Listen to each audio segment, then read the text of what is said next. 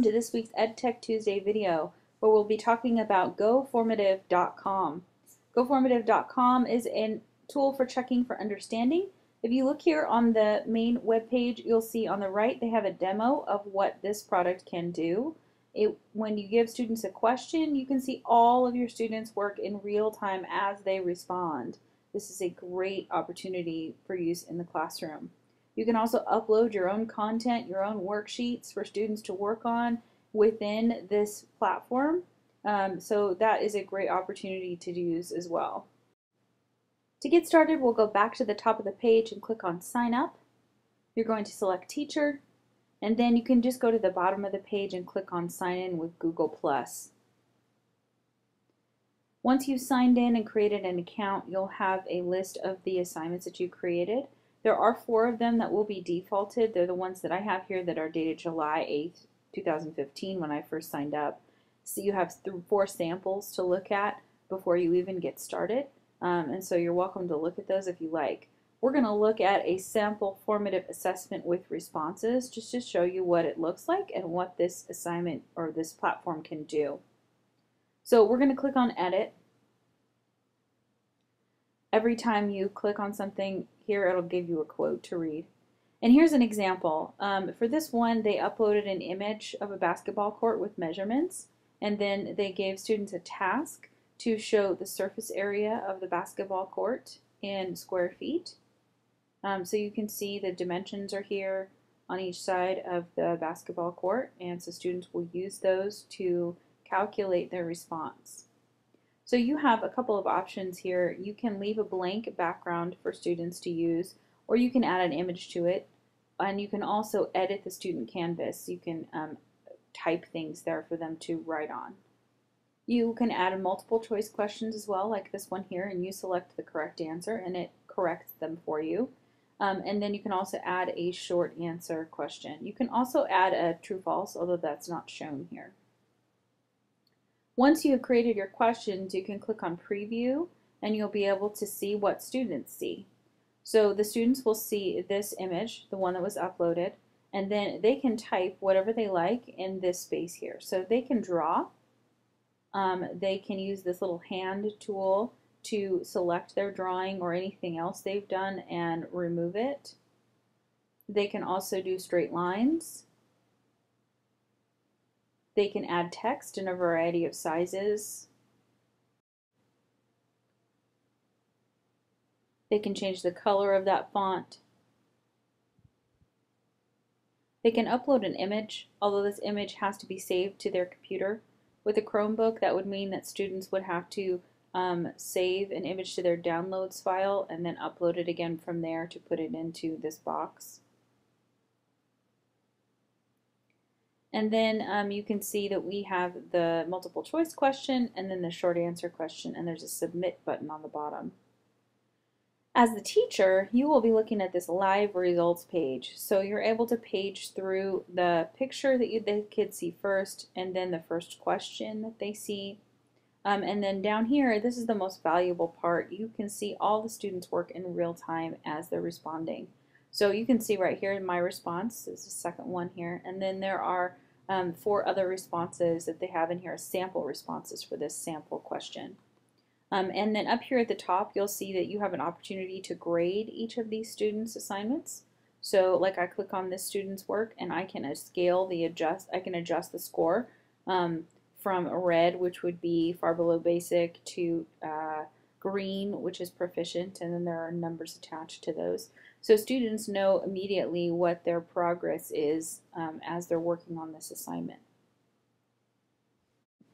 There is a little drop-down arrow next to each student's name where you can delete the response if the response is unacceptable for some reason. You can sort student responses by first name, last name, score, or last responded. You can click through each of the questions to see these, and there right above the questions you can view more than one question at a time if you like. One other way to look at a student's score is to click on their score and then click on Zoom, and then you can see a bigger version of a student's work. To get back to the dashboard, I'm going to click on Formative in the upper left corner, and that's going to take me back to my dashboard. and you'll see all of my assignments again here. If I want to create a new assignment, I click on Create New Assignment. I can title it whatever I like, and then I can add a question. I have 4 choices: multiple choice, show your work, short answer, and true false. I'm going to choose a show your work. In an English class, we sometimes do sentence correction. So this is one way that I've used GoFormative before. So I type in directions in this box here. And then once I've typed those directions, I decide that I'm going to edit the student canvas. And then this is where I'll put the sentence that the students will be correcting.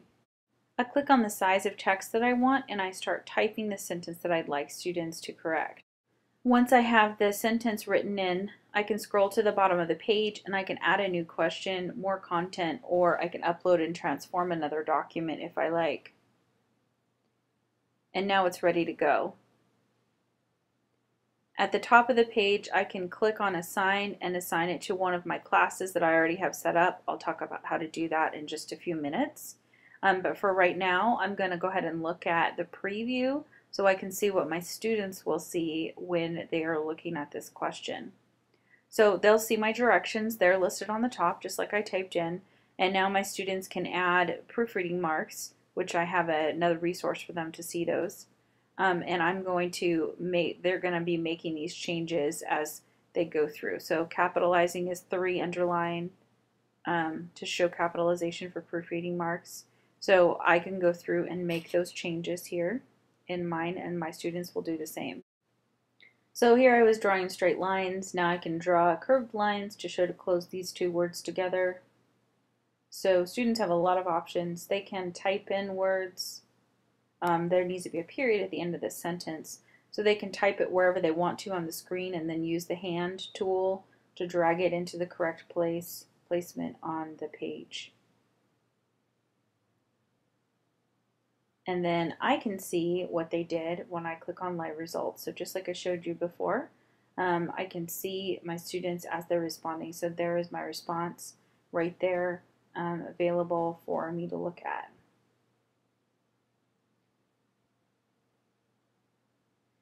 In order to set up a new class, we're going to click on Formative again in the upper left corner. That will take me back to my dashboard, and I'm going to click on Classes. I can create a new class by clicking on the Create New Class bar at the top. I have one more class that I haven't created one yet, so I'm going to put Period 3 AP English Literature, and then I'm going to click OK. And the way my students join this class, there's directions right there on that link, but they're going to go to GoFormativecom /#signup, and then once they get there, they'll put in the class code.